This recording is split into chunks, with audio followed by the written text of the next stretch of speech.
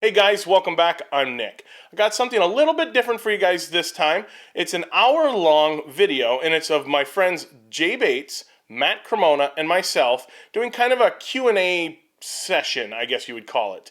Basically, we were talking one night, and there was a lot of things that we would like to address, or if you guys had any questions that we can't answer in our normal everyday videos. So this is kind of that format. If you're not interested in lengthy videos of people talking, go ahead and click a different video.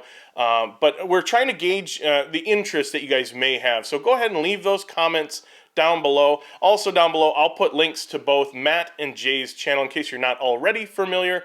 But we're just trying to get kind of a response, and whether this is something that you guys would want to see on a regular basis, something you guys like, or you see helpful, or it's not really your thing, anything like that. So go ahead and leave those comments down below, and enjoy.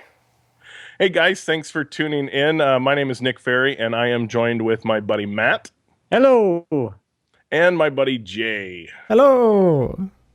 and we figured we would put together kind of an impromptu question and answer thing. We were just hanging in a hangout one night, and I thought this would be a kind of a cool thing to be able to get some questions from you guys, and then give out answers to some of the stuff that we might not be able to put in our videos. So we figured we would put that together for you tonight. We asked on a couple of our channels to get some questions from you, and man, a lot of good questions here. So, Matt, do you want to start with the questions? Do I start at the top? You start where it says Matt. You know what? I am on the wrong page. There we go. Well, he gets on the right page. Let's start with the most common topic by far. The most common question was, do you guys still have regular jobs or businesses, or is this your primary income source, your websites and YouTube channels? What do you guys do for a living? How does one get the cash flow to work? Why don't you start that off, Nick? I do not do this for a living. I hope to at some point, someday, maybe in the near future. Who knows? So I can't necessarily. I mean, I can somewhat answer the question to how to get the cash flow to work, but my other two co-hosts here are actually doing it for a living. But I work in the glass industry, and so I'm kind of trying to juggle YouTube and making videos for that, as well as my day job and of course my family life. Matt, what about you? I am doing this for a living, as you mentioned. Most of my income is not just from the YouTube ad revenue. Just like any business, your revenue stream should be diversified.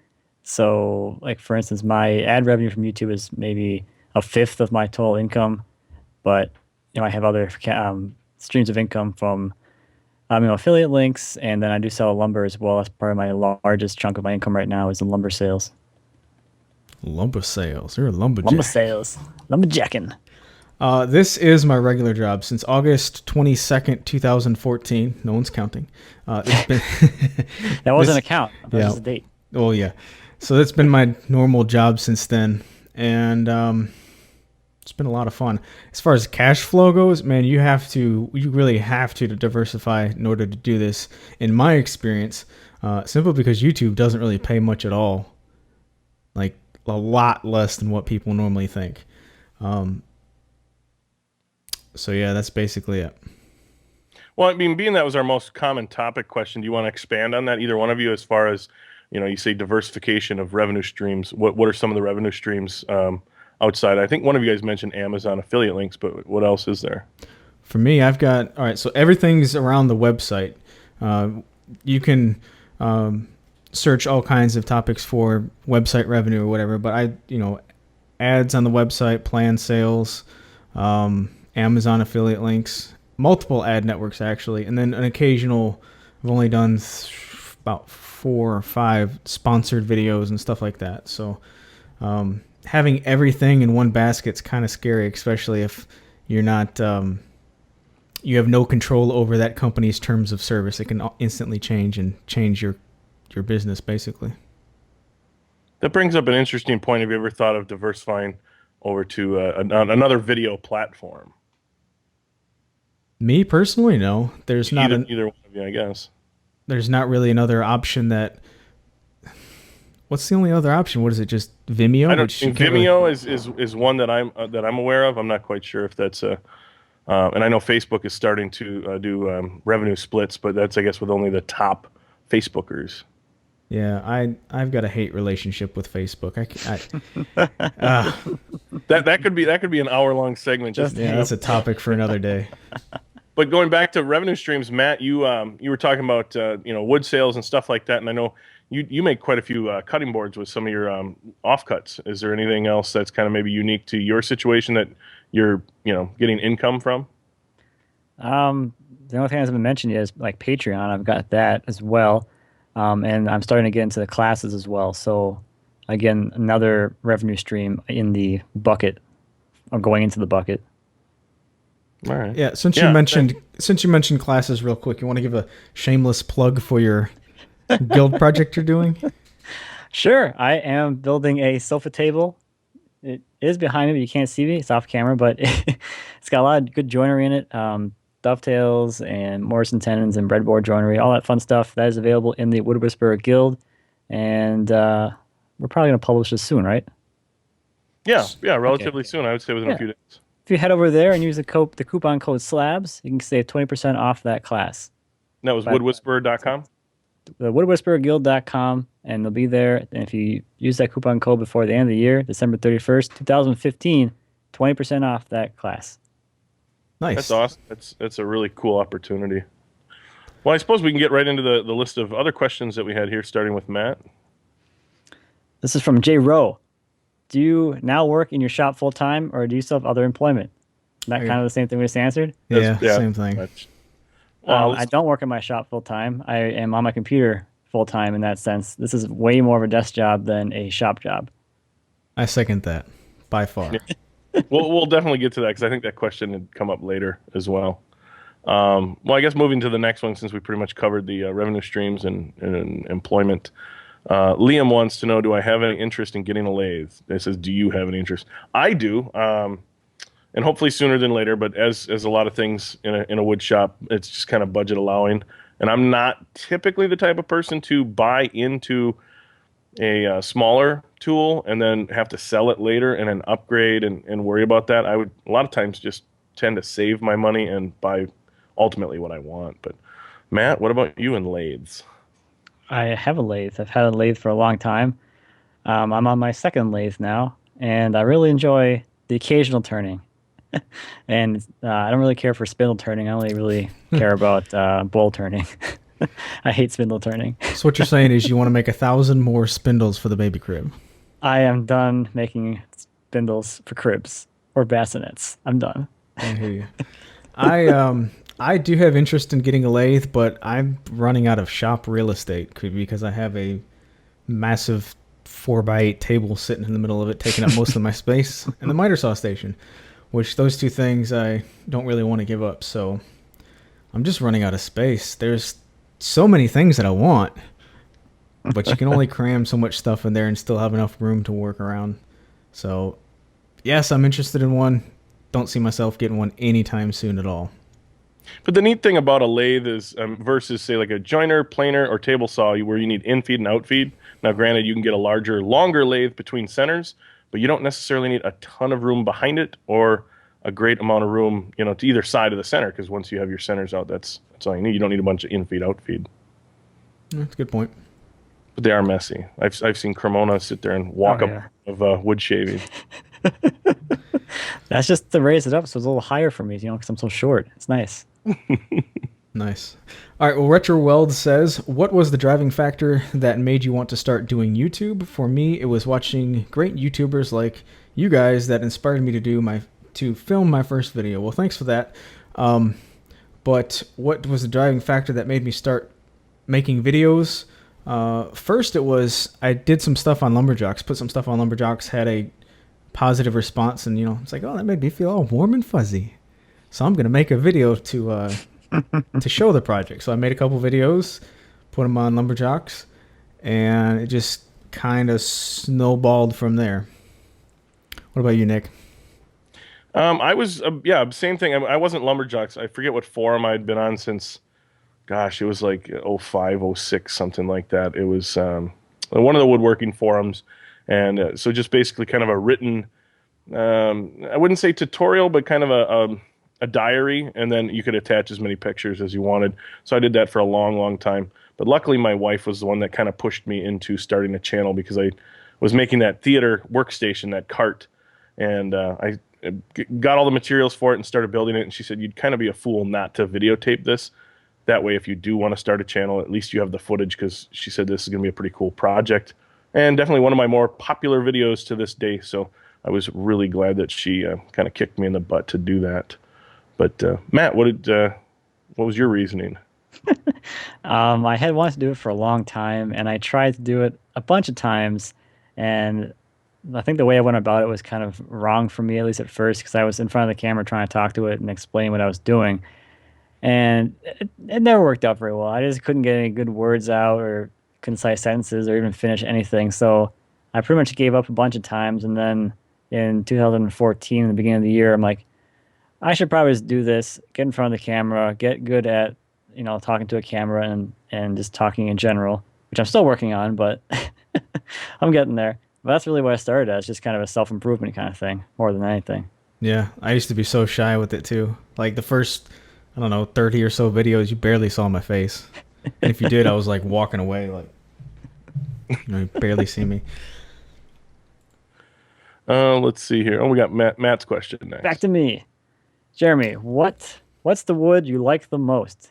Probably walnut. It's a pretty simple one for me. Either walnut or cherry. Those are the ones I work with the most. I like the look of cherry better when it's finished, but I prefer working with walnut as far as workability goes. Jay, what about you? Is budget involved? Like, is budget an influencing factor? Because if it is, then my favorite is pine. But if it's not, you don't like spruce or fir. You're more of a guy. I can only get southern yellow pine here. It's crazy. Well, some of the 2x4s are fir. But anyway, so I guess if I could fill up my shop full of one wood, probably sapele. I really, really enjoyed working with it in a couple of projects. I still have quite a bit of it left. Yeah, I'd say sapele. It's really nice. I know for me, I came from whether it's late '90s, early 2000s, a lot of arts and crafts, mission style. Whether it's quarter sawn or regular oak, and I'm just kind of glad those days are behind me because that's just such a kind of a fibrous wood. There's a lot of splinters that you can get.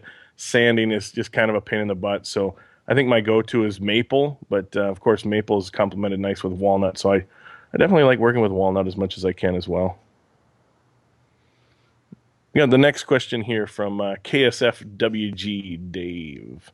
What projects have you done on YouTube that you wish you hadn't, or what project would you put off doing maybe for some years? And then let's see here. So you finally said to yourself, I should have done that years or months ago. That's yeah. I was going to allude to this later, but my wife's just glad being I do YouTube videos, my projects actually get done now because I have some accountability. I mean, I have plenty, and I mean plenty of projects that I've started over the years that they weren't getting done, but now that I have a YouTube video that has to kind of accompany it, it's kind of a motivating factor to get it done. But for me, there's no real one particular project. If I do a project and I don't like how it turned out, or I don't think I had the skill set, I always just kind of look at it as glass half full, that I must have learned something along the ways, at least, learn from my mistakes. So I don't think there's ever like a time to say, I wish I wouldn't have done that, or I wish I would have done it sooner, or I wish I would have done it later. Jay, what about you? Yeah, as far as what I wish I hadn't done, there's no such thing, because as soon as it's done and say you don't like it, then you just move on. That's all there is to it. So you just move on to the next one or something. But something that I should have done years or months ago, I would say two things. My miter saw station, as soon as I moved into my shop, I should have done that. That was just like the biggest increase in organization for me. Organization and just efficiency for workflow. Having a place to put stuff is very handy. What else? The other thing would be that modified polk table thing. The assembly table is what I'm calling it. I wish I would have done that a long time ago, because just having a big work surface with all the dog holes that you can set up for stops is very handy. And I wish I would have done that sooner. about you, Matt? Kind of the same boat with both of you guys about things that I wish I hadn't done. I mean, because really, I've done a video on pretty much everything that I've done, and I'm not really upset about anything. I've learned things from like the things I didn't think would turn out as great. They were learning experiences, and everyone else seemed to enjoy the content anyway. So there's nothing really that I wish I hadn't done. Um, Things I should have done. I think I'm with you, Jay, with the storage thing. When I moved into the shop, I spent like a month like getting it ready to with the electrical and dust collection and paint and all that stuff. But I didn't build any like decent storage. So for a few years before I did any storage projects, I just had stuff everywhere because I didn't have anywhere to put things. Nothing had a home, and that made it kind of a little more frustrating to be in the shop. Right. Completely agree. Paul says to each of you, you are being escorted to the electric chair. What for, I might add. Your last meal is what? My last meal will probably be a pepperoni pizza from Little Caesars. Wow, Hot and ready. Highfalutin stuff there. Hot and ready. He also said favorite beer as well. Favorite beer? I don't like the fancy beers. I like the watered down crap. Like, I don't drink hardly at all. Like Natural Light. Like I barely ever drink. Seriously, like once or twice a year. That's about it. Matt, you want to take this one? I'm gonna go with pizza as well, but probably not a Little Caesars pepperoni. Maybe something a little fancier. I don't know what, but probably not that. I would say, or yeah. What about the beer? The beer, I like Downtown Brown. That's probably my favorite beer. It's a darker brown beer, brown ale, I think. Oh, okay. I would say either sushi or something Asian. Something from Thailand. I like spicy. I like saucy type stuff. So anything Asian with an Asian flair. And then my favorite beer, I would say, is Bud Light. Just I like the microbrews. I like the handcrafted stuff. But I mean, if I want to sit down at the end of a long Friday or something and have a 6-pack or something, I'll probably just pick up some Bud Light. Real quick to get back on the Little Caesars pizza thing really fast. Like, my wife and I have eaten so much Little Caesars pizza that I designed the trash can in my kitchen right now so that'll fit 3 Little Caesars pizza boxes in it with the lid shut. I'm dead serious. I'm probably going to redo that project because I stained it, and that's back when I was making everything in amber shellac, pine and amber shellac. So it's like this big yellow blob in my kitchen that matches nothing. So I'm probably going to redo it and then make it stain it the same color as I did those 2x4 bar stool things. But yeah, Paul said escorted to the electric chair. For the record, I want to go out by firing squad because I think that's got a little bit more oomph to it. Yeah. Yeah, but the thing that's not being asked is like, what do we do to get to the electric chair? I'm sure we don't want to know. Yeah. All right, Matt. That was a morbid question. Anyway, a lot of us can't afford a Festool domino. Is there anything cheaper we can buy? I know about biscuits, but they're not as structurally sound as dominoes. There really isn't anything cheaper that you can buy that's going to be that kind of portability and that kind of strength. You could go like And speed. dowels and speed. Yeah, exactly. The domino is extremely fast, it's extremely strong, and it's really easy to use. You can go to dowels. That's kind of the same thing. It's got a little less speed than the domino and maybe a little less strength because you have less, I'll call them tenon materials. But of course, if you want to go a little bit even cheaper, you can choose your router with an edge guide and make your own floating tenons. It's going to be a little bit more time consuming because you have to set the fence and the bit depth and all that stuff. But I mean, it's essentially the same thing at that point. A little less portable. Well, I don't know, portable, but like harder to handle, I guess. You wouldn't want to be, routing into the end of a 1x2 style or something with a big router. That would be interesting without some kind of support thing. So you got to build some kind of support thing to rest the router on to then do your thing. So it's a little bit more setup involved, but it's possible. Yeah. Go ahead, Matt or Nick. Well, I was just going to say that's a really good point to bring up because, yeah, the dominoes are expensive. And I don't know if we'll allude to this later, but woodworking is one of those neat hobbies to where you can make money from starter tools and build up. But it's also a good point that Matt brought up about, say, like a spiral, maybe spiral upcut bit in a router. And if you wanted a dedicated jig, dedicated router to where you're eliminating setup time, you're still going to be quite a bit cheaper than say a domino. Yeah, I guess I dig the router idea. And if you're going to go with any type of doweling jig, I always kind of recommend something a little bit nicer, because dowels can be kind of finicky. If you're dealing with a cheap jig and you're going to get inaccurate results, it's kind of a pain in the butt to try and line up dowels, and they don't want to line up for you. But real quick, an alternative that maybe a lot of people don't know of is Triton has, I don't think it's available in the U.S. or maybe discontinued overseas or whatever, but Triton has a dual doweling cutter. So it plunges just like the domino, plunges just like a biscuit cutter, but it's 2 drill bits making 2 dowels at the same time. And I think they are at a fixed width apart, and I think both drill bits are 10 millimeter, and I don't know if they have interchangeable bits or whatever, but yeah, search the Triton dual doweler. I think that's what it was.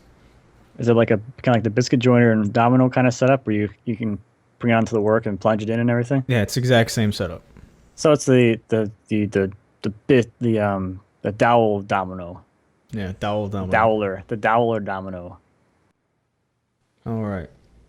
You're up. all right, moving right along. Bruce Hurlbert said, if you could only make one type of outdoor furniture to sell to the public to make a living, what would it be?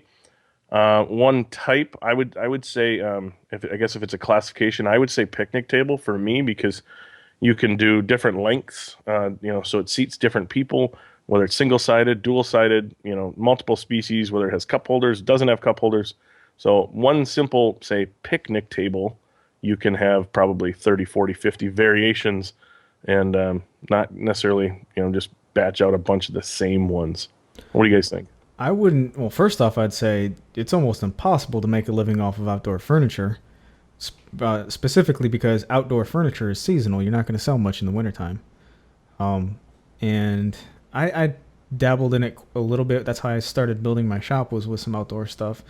But I sold benches and picnic tables. The picnic tables had a little bit higher profit margin, but the benches sold a heck of a lot more and were quicker to make.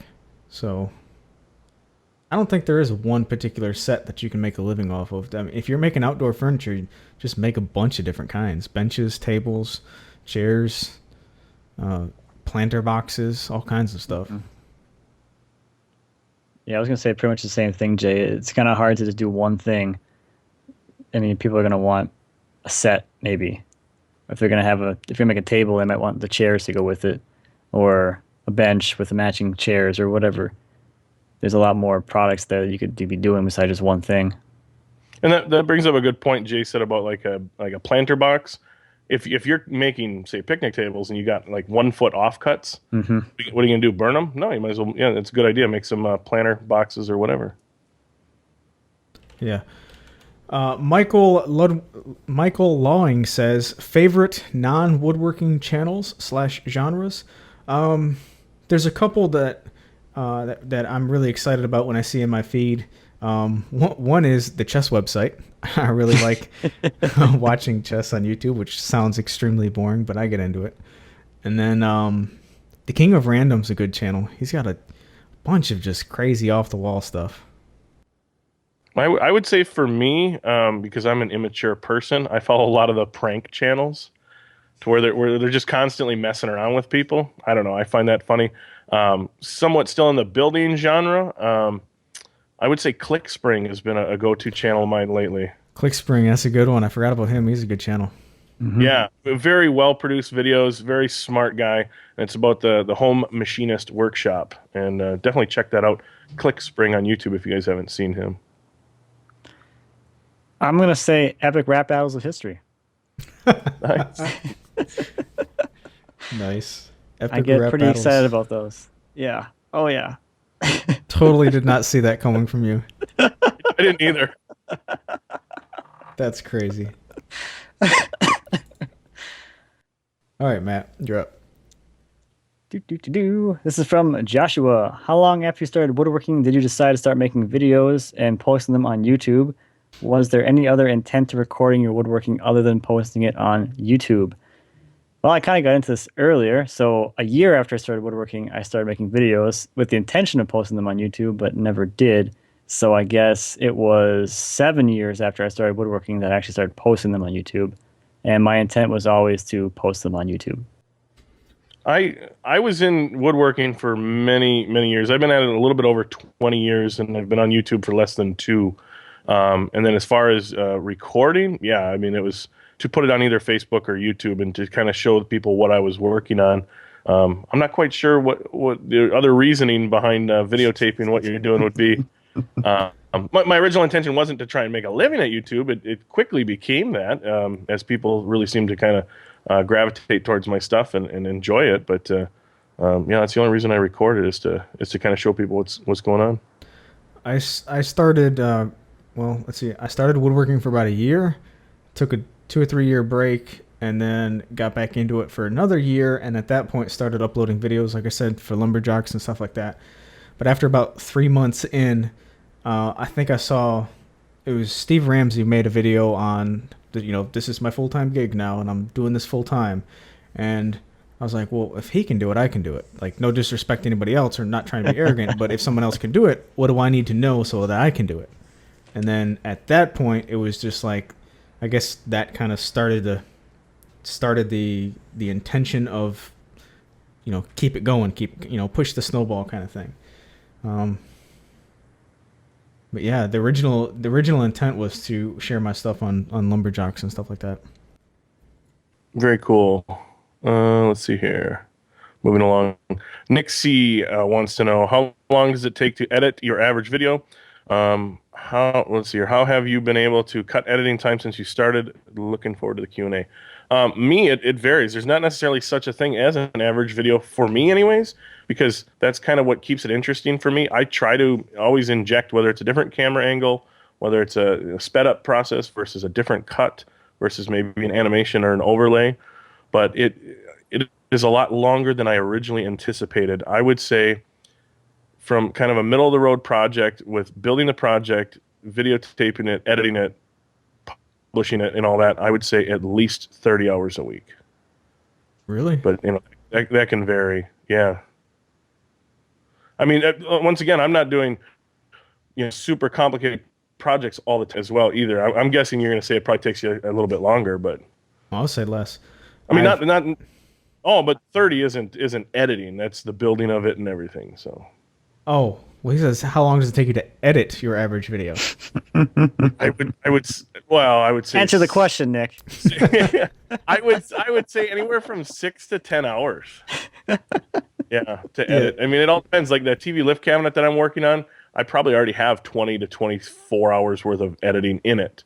But I also started with, 15, 18 hours worth of footage. So yeah, an average video I think is 6 to 10 hours is probably a good number. You're gonna have your longer ones and more complicated ones that take a while, like the doghouse video I made and the the doghouse, the chest of drawers. Those two are probably my most like pulling my hair out long editing sessions. But these days, like the more you do it, the more efficient you get at it. I do anyway, and search for shortcuts here and there, and of course keyboard shortcuts and all that good stuff to get you through the program faster. But it's funny because so I recently started doing the whole cloning thing, and I've gotten great feedback from it. I'm not the first person who's ever done that, obviously. It's been done many times before. But I guess it appears to be a little bit more difficult, which, by the way, I've never done green screen before in my life, so all that's just stacking clips and masking and stuff. So it appears to be, I guess, more complicated, but in actuality, it is really cutting my editing time and drastically down, because you're only setting the camera up one time and you're recording 2 shots, as opposed to doing one task and recording 3 different angles. So it's really cut my editing time down. So the coat rack video that I did, I edited that one relatively quick. It wasn't that long at all. I want to say like 3 hours, something like that. It wasn't long at all. So the more you do it, like anything else, the quicker you'll get at it. Matt? Um, so I have like three, I guess, styles of videos. I have my shop update. I've got like an Ask Matt, which are gonna be a little bit quicker, and then I have my full on build videos. My shop updates usually take me about 3 hours. Oh, this is just editing, so now I'm posting stuff that goes along with it, which is even more time. Answer Probably the question, Matt. 2 hours to edit that. Yes, yes, 2 hours to edit the shop update or so. And asking that will probably take me about 4 hours, and then a build video will take me anywhere from 12 to 20 something hours to edit, depending on the complexity of the build, how much footage I have, and how much is going on. So like my flooring video took me probably at least 20 hours to do because there was just so much. There was like I went for like it's like years worth of footage, hours and hours worth of footage, tons and tons of steps, going through a lot of that process. So and then narration on top of that, which takes me forever because I'm terrible at it. That's exactly Well, why I don't do it. Another thing That's where a to lot add of my to- time goes. Is narration. Another thing that I wanted to add to it, like I said, it depends on, I was talking to another YouTuber the other day, and I said, if you start out with, say, like a 7-minute video, just kind of as a fun, just a test, try and cut 30 seconds out. Try and have your overall message still there, but try and cut 30 seconds out of what I would consider either slow pacing or stuff that may or may not be boring. And so that's kind of something that, you can sit there for 4 hours and you can call it done, or you can sit there for 2 hours and call it done. But if and then there becomes a point of diminishing return too. Once you spent 7 or 8 hours editing, you could spend another 7 or 8, but it's not gonna really be that much different. But yeah, it can take a while. Oh yeah. Let's see. Keith says, should I buy a cheap Ryobi or similar tabletop drill press and upgrade later, or wait to be able to afford a nice floor stand one? I'm kind of like not impressed by drill presses. They drill holes. Every one I've had has just been whatever. Let's see. I had a little itty bitty like 1/8 horsepower drill press. I think it was a 1/8 horsepower drill press, itty bitty little thing, and that thing stalled out on like a 3/4 inch Forstner bit, so vastly underpowered. But the one I got now, I mean, it's like a 13-inch Harbor Freight model. It's pretty well rusted up from the humidity here in the summertime, with the garage door open and such. And it drills holes, and as long as the table's square to the drill bit, that's really all that matters. I can tell that there's a little bit of run out in it, but you're drilling a hole in wood. It's precise enough for me. So would I say upgrade later? I'm still waiting on the upgrade later part. So, I agree and disagree. I do have a cheap, tabletop one right now, but like Jay had mentioned, I mean, the Forstner bits, and they bog down, and so. But that's one of the tools, though. I have no problem with buying cheap and then upgrading as your needs see fit. I mean, if you're doing a lot of, say, cup hinges in cabinet doors, and you're doing a lot of Forstner bit work, then I could see having a decent drill press. But if you're finding yourself not going to the drill press that often, or not, going, oh, this is bogging down that often, then save your money and put it towards something else. Yeah, I'm still waiting for the upgrade as well. The drill press I have is a tabletop one. I bought that as one of my first tools when I started woodworking. I still have it. It's a Ryobi one, just like it's like Keith is talking about here, but I don't have a problem with it bogging down. I had the first time I ever had it bogged down when I was drilling a 1-inch hole in 1/2-inch steel plate this year. That was the first time I've ever been able to install it, and I've run 3 3/4-inch Forstner bits in it before, drilling wood with that, and that was fine as well. So maybe this just has more power in it than the normal one. I don't know. How much But does it's never been a problem. How much does a 3 3/4-inch Forstner bit cost? $30. Yeah. That's a big Yeah. chunk of spinning bit. Oh, it is big. Yeah, it's a lot less scary than that spinning knife thing. Yeah, the knuckle that buster. scares the bejesus out of me. Yeah, 'cause you can't see it until your knuckles all blood. Like, oh, that's where it was. It was hitting my knuckle. Who do we got? Oh, I'm next. I got to scroll down the page here. Look at that. Here's a long This is from question. Michael. Yes. What? Yeah, Matt's I'm up. next. I'm next. We talking about? Oh, sorry. I was totally wrong then. Again, this is from Michael. What one thing do you know now that you wish you'd been told prior to going full-time YouTube woodworking? I don't really know. I don't really have a good answer to this. Because I was doing it for fun and stuff before I went full time, so I kind of knew what I was getting into. I knew the time commitment was going to be ridiculous, which it is, but it's fun. Um, I don't know. You guys got any good words of wisdom on this one? Well, Yeah. I'm not full time, but computer time. I think Jay and I were talking about that yesterday a little bit.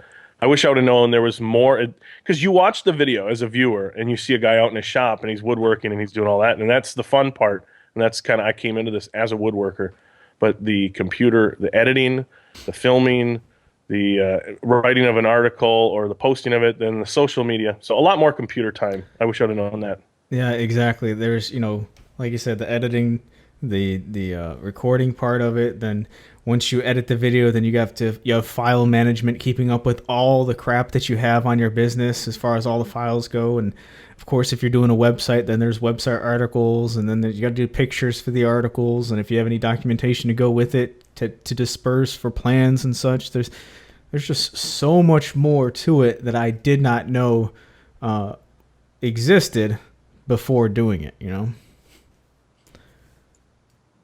Yeah. Moving right along. Corey James from Ontario, Canada. Matt, can you explain the milling process for joining boards before a project? Specifically, how many stages do you mill the material in, and how long do you wait between each stage to give yourself the best opportunity to have the best results in dealing with wood movement? It's kind of a multi-part question. And then Jay, random question. Are you a smoker? You always seem to be coughing in your vlog videos. And then Nick, who are your two favorite YouTube woodworkers? Big fan of all three of you guys. Please stay motivated to do what you do. Your loyal viewers rely on your experiences and skills in woodworking. Always, thanks, guys. Matt, if you want to touch on that milling part first, and then we'll get to. I don't know. I'm kind of curious about Jay's smoking habits now.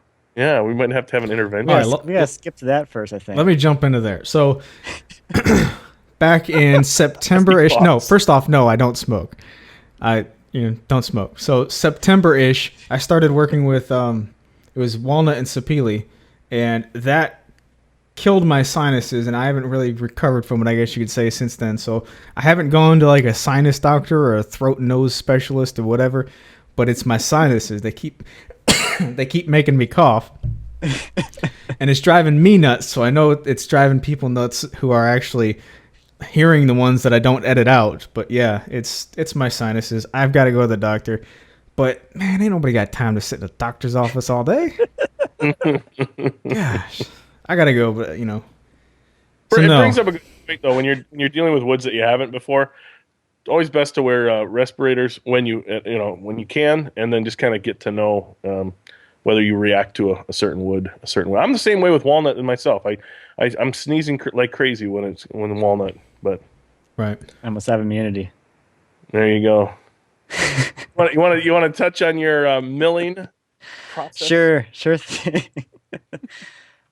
So I typically joint in probably at least two, maybe three, depending on the thickness of the initial stock, how flat it is, and what the final thickness is going to be.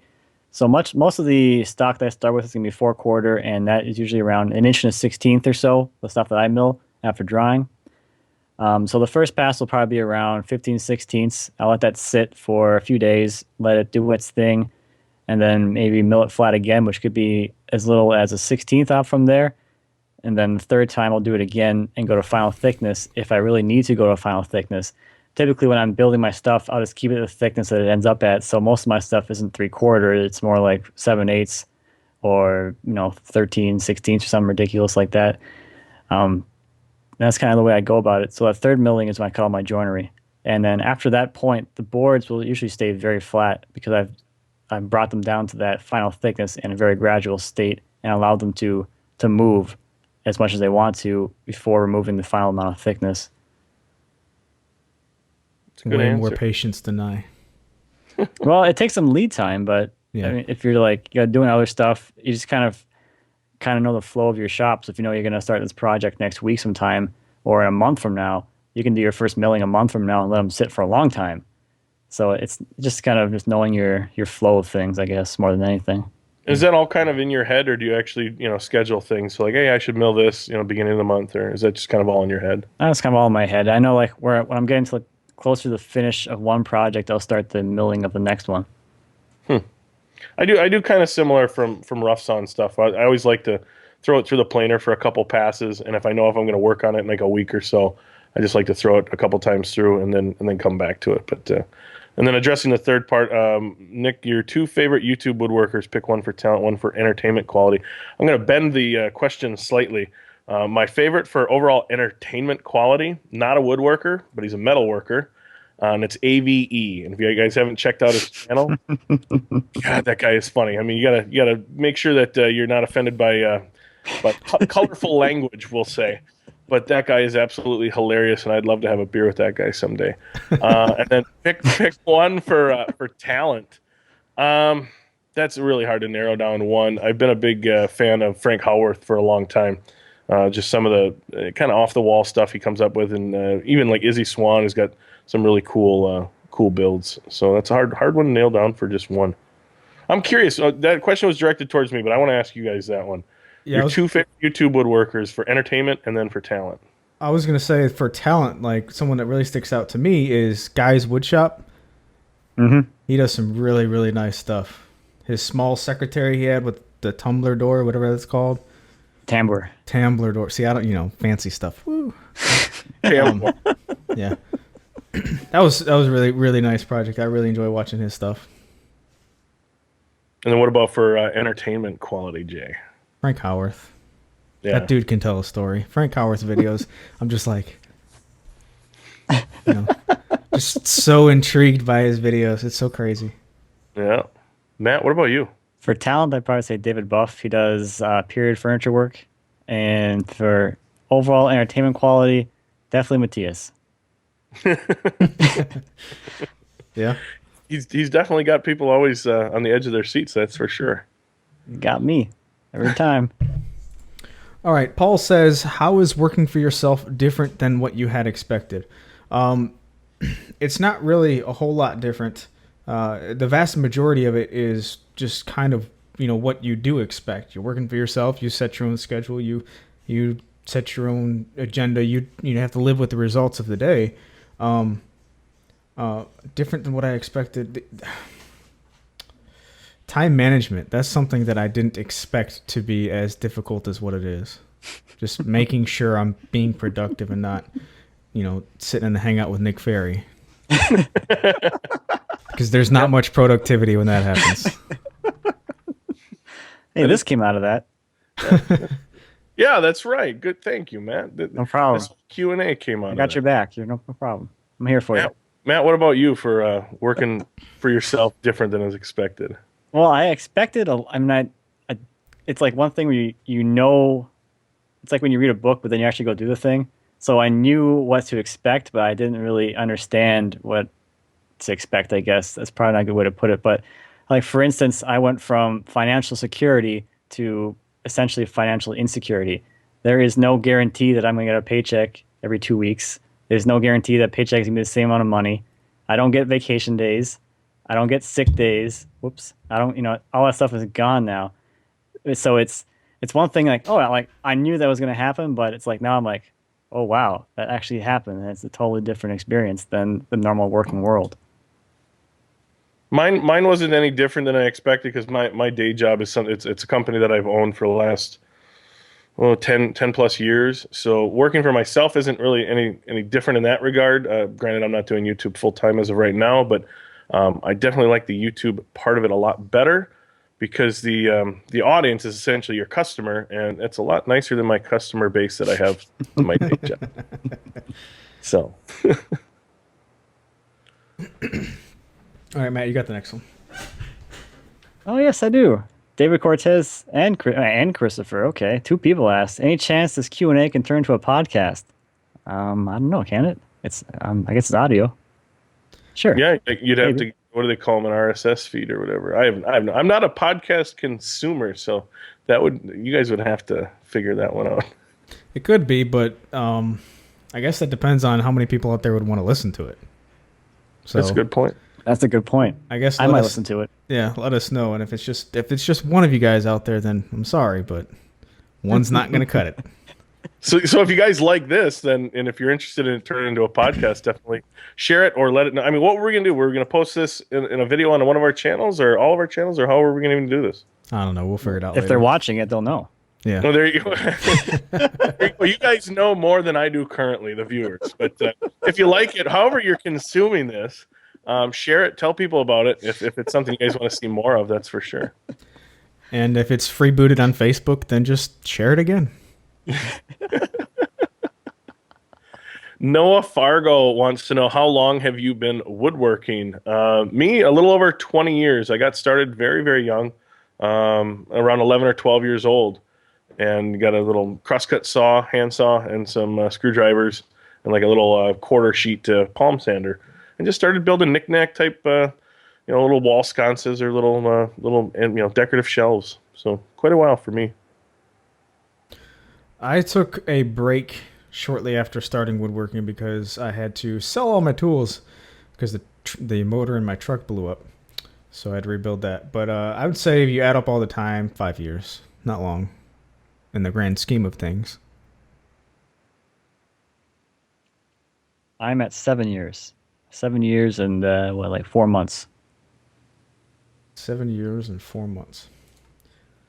All right. Beveroni? Am I saying that right? I go for it. Okay, sure. Yes. I Sounds apologize if it's wrong. Beveroni. I follow a number of DIY and maker channels and have come to realize that many of you are making a living doing this. How does one get cash flow to work? The best answer to that is to Google how to make money on YouTube, how to make money on a website, and don't believe the first thing you hear. Just read a ton of stuff and you'll eventually start to see a theme. And if you are interested in making money online, whether it's videos or podcasts or articles or blogging or whatever, there's a lot of really good sources, but check out smartpassiveincome.com. Pat Flynn's got just a tremendous library on making money online, and he'd be a lot more certified to tell you that than me, all the little ins and outs. Yeah, and we touched on this quite a bit in the beginning. I think breaking up your revenue streams, because unless you got millions of subscribers, you're probably not going to do it on YouTube ad revenue alone. So I second Jay saying read up on it, and definitely smartpassiveincome.com. Pat Flynn is definitely a good resource. Diversification. Yes, that's all I have. Just like everything else in business, you don't want all your eggs in one basket. Yeah, I know. I learned that from Enron. Anyways, been right along. Oh, Rob asks, what software do you use to edit your videos? I use Adobe Premiere in the cloud. CC. Whatever it is, 2015 now. I use Final Cut Pro 10 for Mac, and then Adobe Premiere on occasion, because I also have the Adobe CC Cloud. Yeah, Nick's a Mac user. I'm sorry.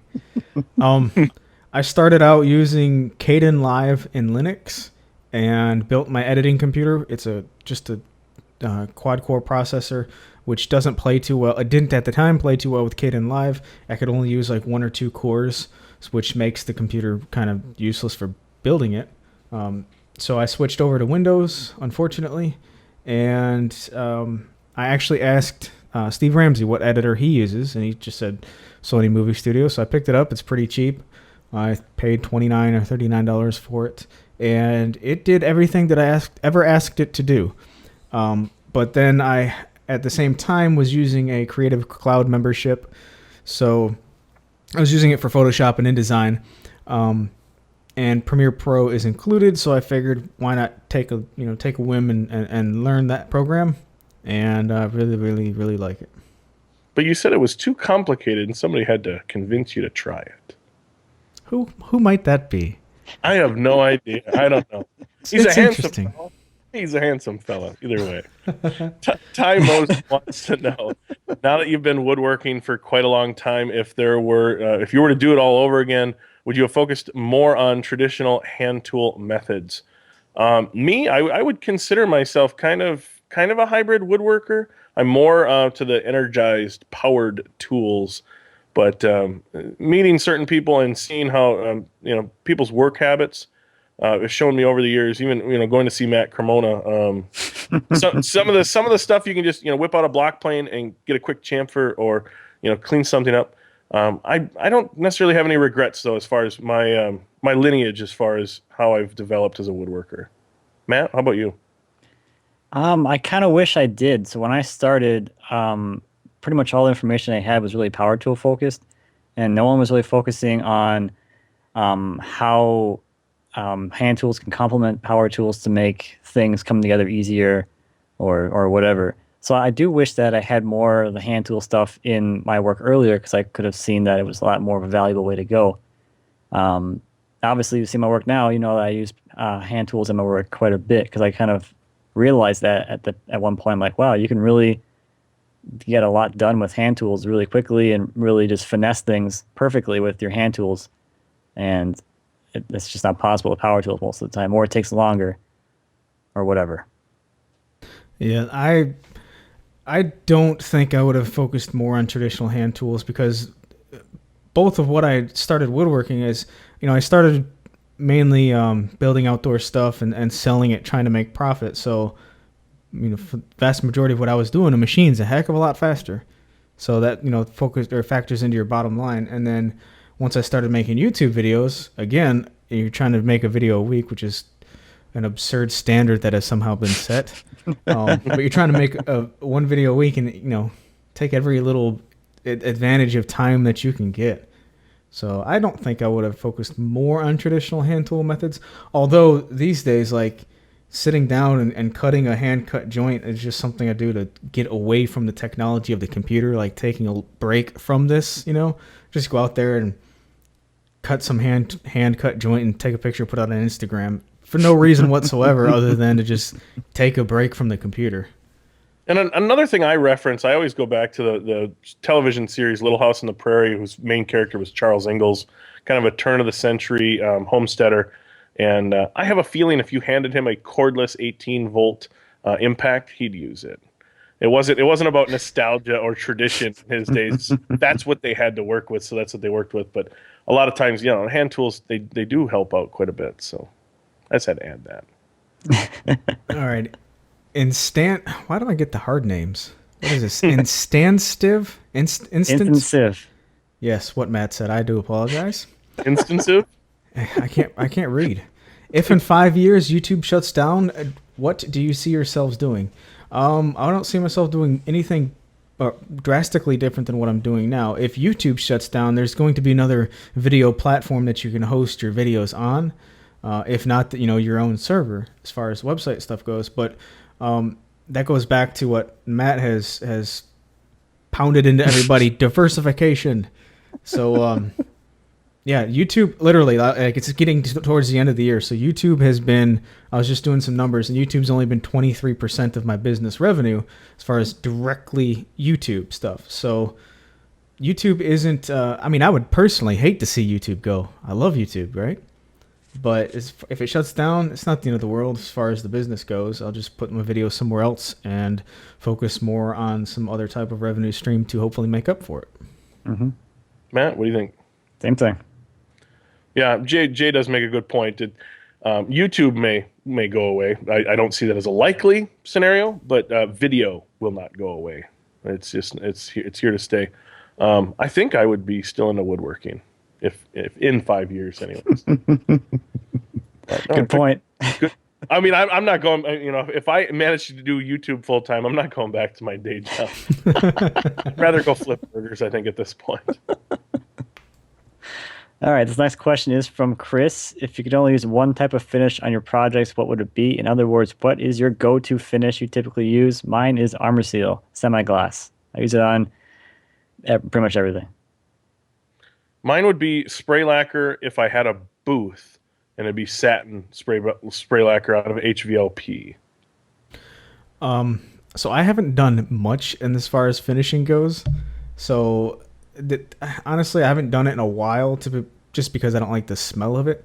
But lacquer, brushing lacquer or spray lacquer, it just dries so fast, especially if you're spraying it outside in the sun. I mean, by the time you get to the other side of your project, if it's like a cabinet or something, if you're spraying it out in the sun, then it's already dry. So you can put like 10 coats on consecutively almost, it seems like. It would have to be lacquer. But these days, because I don't like to get that smell into the house because the garage is attached, I've been using some water-based poly, and it's all right. No complaints out of it. I also like the wipe-on polyurethanes as well, whether you buy it pre-mixed or if you make it. I just, when early into my woodworking, I did a lot of brush finishes, and that just drove me up a wall to try and get brush strokes out of my finishes. But the next question, doing whatever tweeted, and yeah, if you guys have questions, you can definitely tweet at us. Do you have a heating system in your shop? If so, what type? What are the potential dangers besides fumes with a propane heater? And then also Andrew was saying that he lived in Elk River, Minnesota, where he heats his shop with a wood stove. I find that over the winter months that I'm either heating it daily just to keep it warm, or if I'm absent, I lose the motivation to go out and heat it. Matt and Nick both live in cold climates. What do you guys do to heat your shop? I have a natural gas forced air, kind of a furnace, but it's a ceiling mount, like a Modine or a hot dog style heater. And my walls and garage door are insulated. As of right now, the ceiling is not. That's definitely on my to-do list. It's been on that list for 3 years, but pretty consistent, even heat. If I were to build the structure from start, I would love radiant in-floor heat. Oh, Matt, what nice. do you Yeah. In-floor would be nice. Yeah, I use the garage forced air natural gas heater as well. It's great. It's direct vents, so you don't have to have, you're not sitting in the fumes. You can get a high efficiency one, so you're not combusting the air inside your shop as well. Yeah, that's an option. I used to use a torpedo heater, a kerosene one. That works. It's really hot and it works really well, but you're standing there in the fumes. So you absolutely have to have air coming in to the shop to make up the air that's being combusted, so you don't die in there from the carbon monoxide. Rule number: don't go die in your shop. Don't go die in your shop from something like a heater, from air. I guess another thing worth noting too is if you're running a dust collection and you're exhausting exterior, that pilot light that's burning, you can also get the fumes in from that. So that's not something you want to do while heating that way. I mean, if you're heating electric, radiant, then you're fine. But yeah. I don't have. Well, right now I put in an air conditioner in for the summertime. It's also got a heat pump in it. I haven't gone through the full dead of winter with it, so I don't know how well it's going to perform. Hopefully it does pretty good. But last year I used, what did I use? One of those single brick propane heaters. Now, I live in Mississippi, so it's not crazy cold. Our cold winters is probably like, 3 or 4 days in a row where it doesn't get below freezing. That's crazy cold for us, it seems like. Maybe the lows will dip into the single digits once or twice. Wow. I know it got that cold down there. Yeah. Yeah, occasionally. Wow. Like, everyone freaks out. Like, You're pipes. pretty rugged. Oh, yeah. Anyway. So, yeah, I'm anxious to see how it does this year as far as that mini split. But last year I used that little propane heater, which made it stink horribly. And then that smell kind of ventured into the house a little bit, which I don't like at all. And I used 2 electric radiant heaters, which drove my light bill up crazy. I didn't think it did the first month or so, and I was like, I'll just keep using them. It kind of bit me in the butt. And then, so that's mine. But I will say this instantly popped in my head. Ronald Walters on YouTube, he did a great video of him doing radiant heat in his shop floor. And he also did radiant heat on his driveway. Yeah. Because he said the convenience of that far outweighed the convenience and cost of having a radiant heat driveway in the winter months far outweighed him going out there and shoveling it, Mm-hmm. So, yeah, +1 for the radiant heat thing. Yeah. There was a lot of stuff going on under that slab in his driveway. A lot of stuff buried in concrete there. Yeah. Crazy stuff. So check out Ronald Walters on YouTube. He's got all kinds of cool stuff. So are we nearing the 1 hour mark here? Yeah, I think we've actually just clipped it. We're just about to pass it, actually. Oh, okay. I'll bring up again the question about should this be a podcast. That's actually a really good question. If you guys want to see more of this, depending on how we post it, definitely let us know in the comment section if this is something that you guys enjoyed. And it was kind of cool to be able to hang out with Matt and Jay. And then And if you guys have any more questions, we were going to at least do one more of these, right? Because we have a handful of questions left that we Still got a pretty good stack of questions here. Yeah, I think we got about halfway through. Oh, a little bit more than halfway. So if you guys have any other questions, make sure to leave those, wherever this is getting posted. Yeah, we're not exactly sure wherever this is being posted. But by chance, if you don't know who we are, this is Nick Ferry. Where can we find you all your stuff, Nick? You can just search YouTube under Nick Ferry, or you can find all of my stuff at nickferry.com. What about you, Matt? Very similar. You can search me on YouTube, Matt Cremona, or mattcremona.com. And I second that notion. Just go to jayscustomcreations.com. There you go.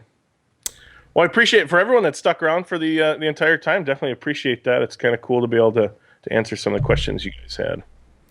Yeah, hopefully we'll be doing this again soon. But until then, see you guys later, and thanks for stopping by. See you guys later. Goodbye.